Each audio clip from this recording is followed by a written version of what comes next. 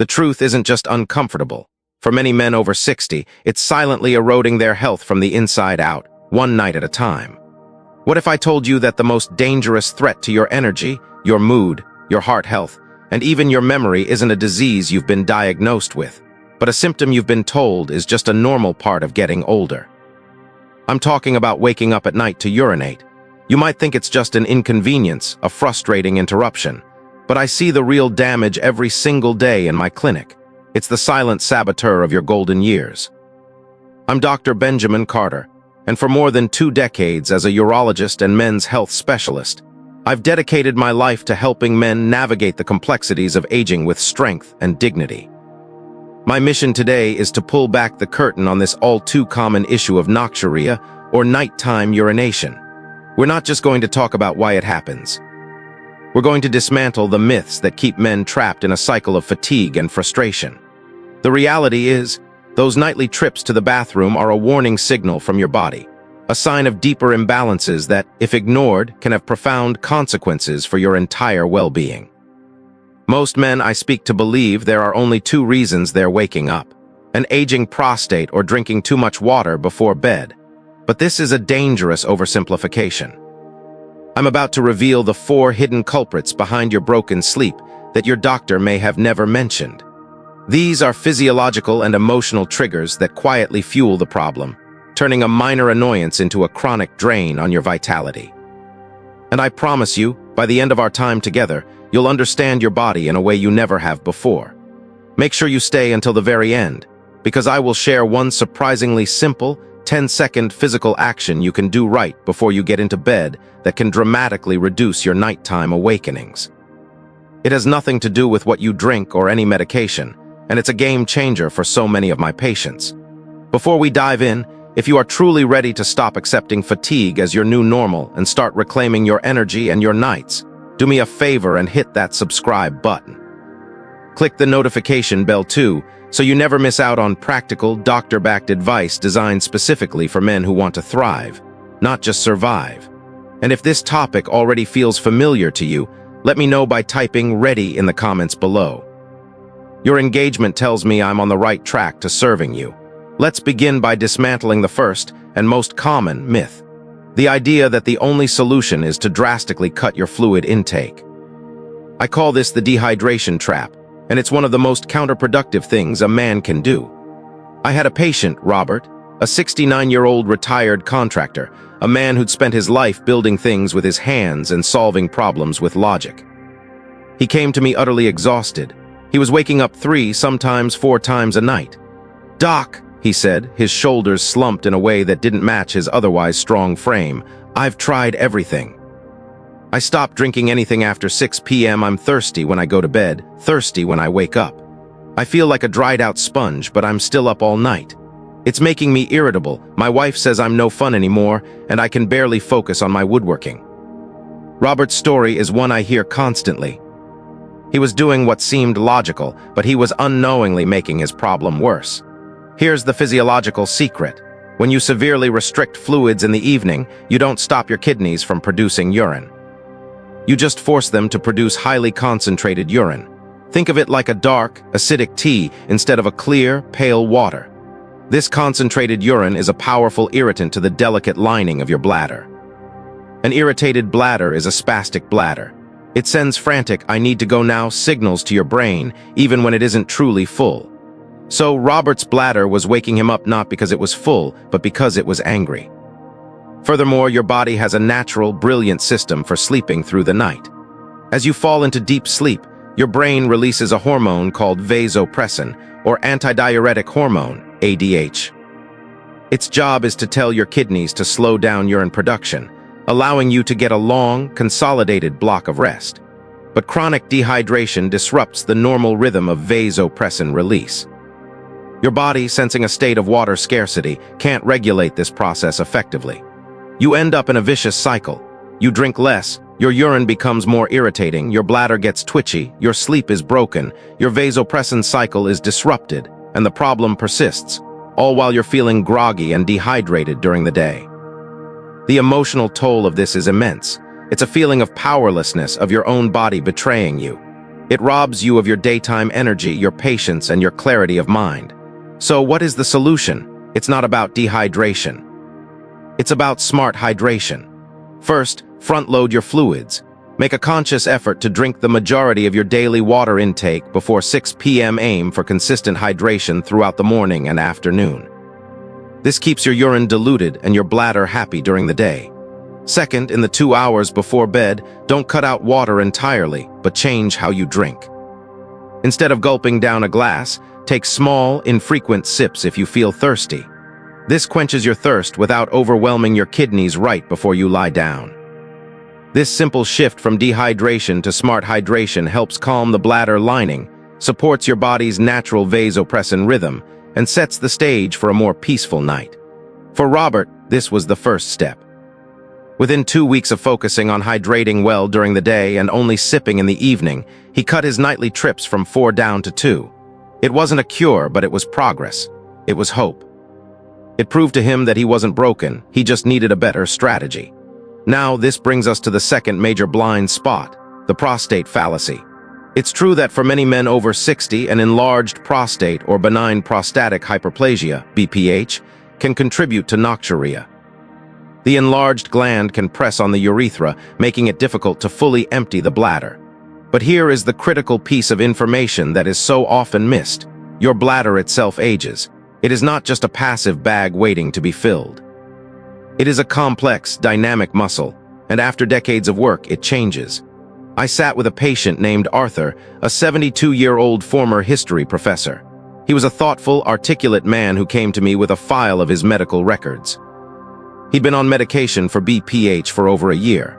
"Dr. Carter," he said, with a clear note of academic frustration, "the medication has helped my daytime flow, no doubt.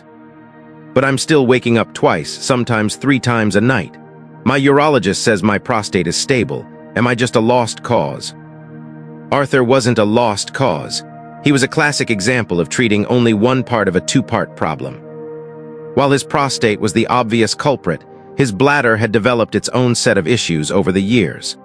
As we age, the bladder wall, specifically the detrusor muscle, can become overactive. It loses some of its elasticity and its capacity to hold urine comfortably. It becomes, for lack of a better term, impatient. It starts sending signals to the brain that it's full long before it actually is. This condition is known as an overactive bladder, and it often coexists with BPH. You can have the most effective prostate medication in the world, but if your bladder muscle is misfiring and contracting when it shouldn't, you will still be waking up.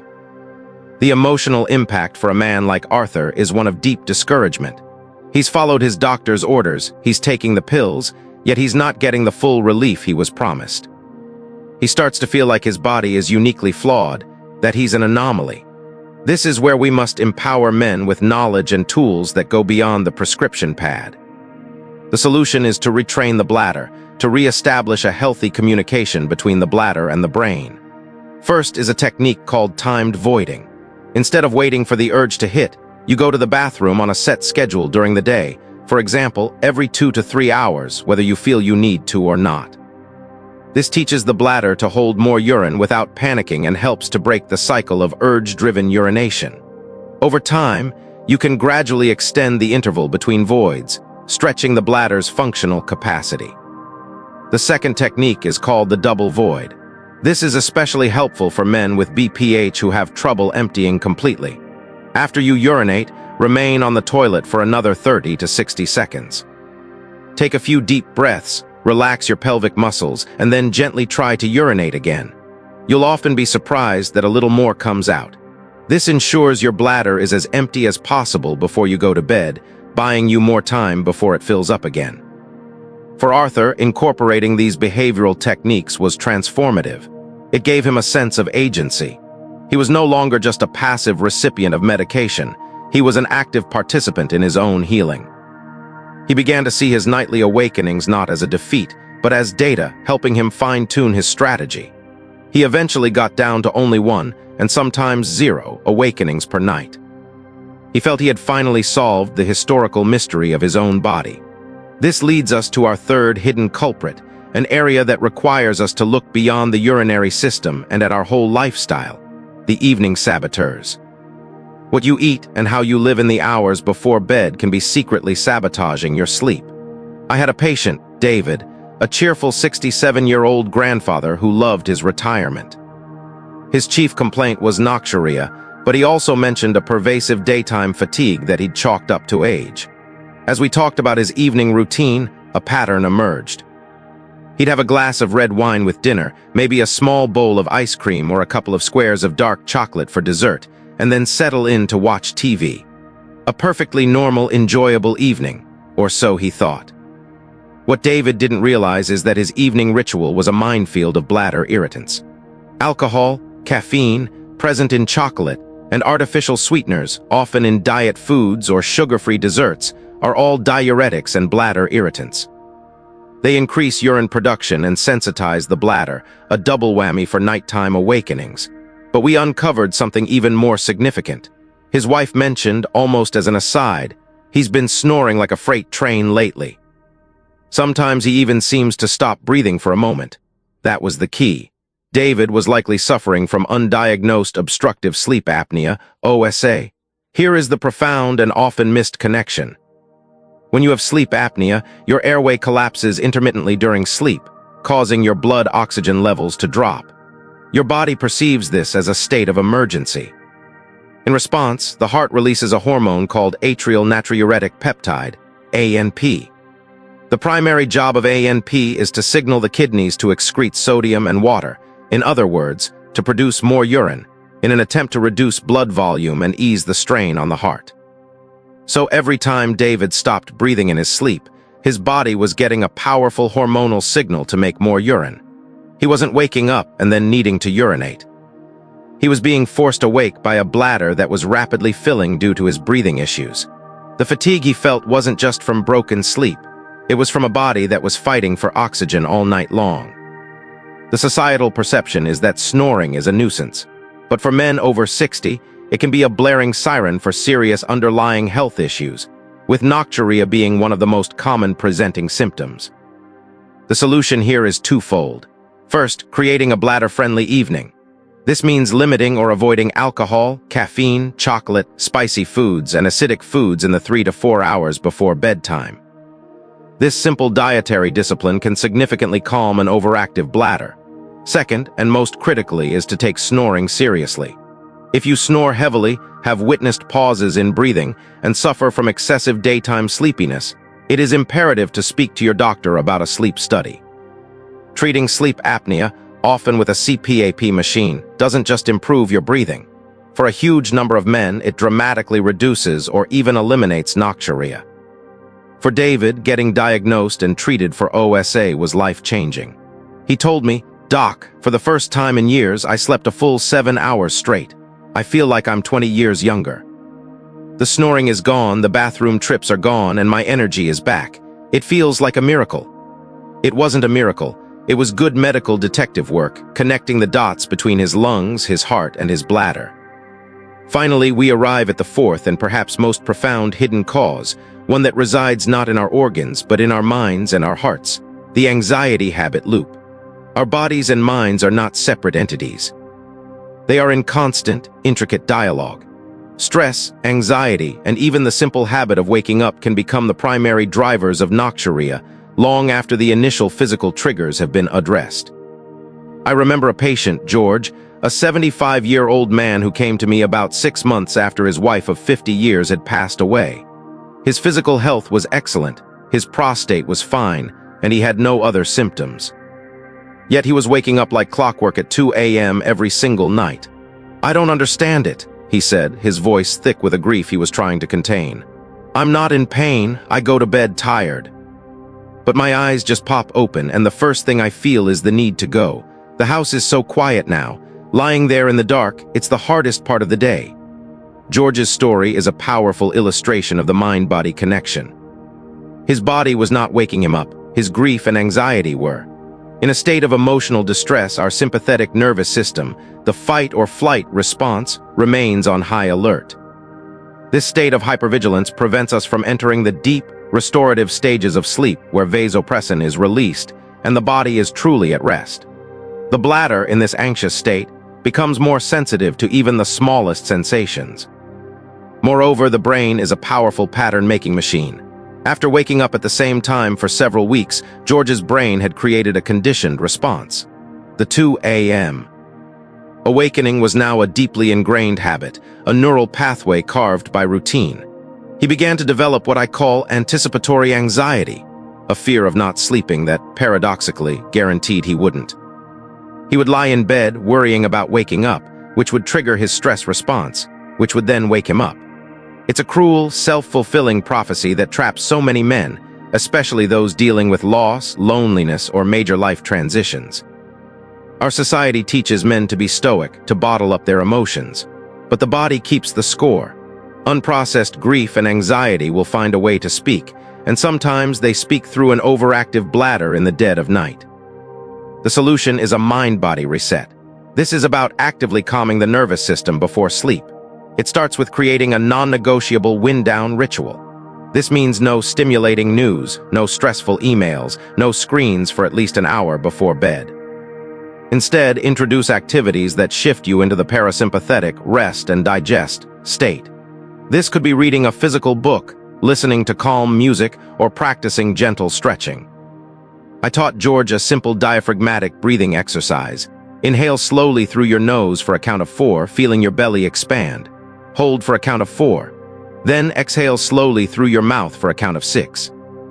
Repeating this for just 5 minutes before sleep can have a profound effect on the nervous system, signaling to the body that it is safe to rest. For George, the healing wasn't just about sleeping through the night. It was about giving himself permission to feel, to mourn, and to actively care for his emotional state. He started journaling before bed, writing down his thoughts and memories of his wife. It was his way of making the silence less lonely. Slowly but surely, the 2 a.m. awakenings became less frequent, and then they stopped. He had broken the loop not by fighting it, but by tending to its emotional root. Embracing these changes, smart hydration, bladder retraining, creating a bladder-friendly evening, and practicing a mind-body reset, is about so much more than just sleeping better. It is about reclaiming your life.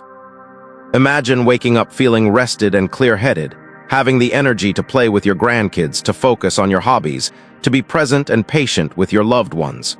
This isn't a fantasy. It's the tangible benefit of listening to your body's signals and responding with wisdom and care. You are not just managing a symptom. You are restoring your body's fundamental balance, enhancing your cognitive function, protecting your heart health, and rediscovering a sense of vitality you may have thought was lost to time. You are taking back the night, and in doing so, you are taking back your days. And now, as I promised, for the final, simple, and incredibly powerful tip that connects so many of these dots. It's the one action that addresses a hidden physical cause of nocturia that almost no one talks about. It's called peripheral edema, or fluid retention in your lower legs and ankles. Throughout the day, as you sit or stand, gravity pulls fluid down into your extremities. When you lie down flat in bed, that accumulated fluid re-enters your circulatory system. Your kidneys, doing their job, filter this extra fluid load and turn it into urine, often a few hours after you've fallen asleep. This is a massive hidden contributor to nocturia. So here is the 10-second game changer. Right before you get into bed, either sit on the edge of the bed or stand beside it and do 20 to 30 slow, deliberate ankle pumps or calf raises. Point your toes down, then flex them up towards your shins, squeezing your calf muscles. This simple muscular contraction acts as a pump, pushing that stagnant fluid from your lower legs back into your circulation before you lie down. Your kidneys can then process it. You can have one final void before sleep, and you won't have that delayed-release fluid dump waking you up at 3 a.m. It is a simple, elegant piece of physiological wisdom that has given profound relief to countless of my patients.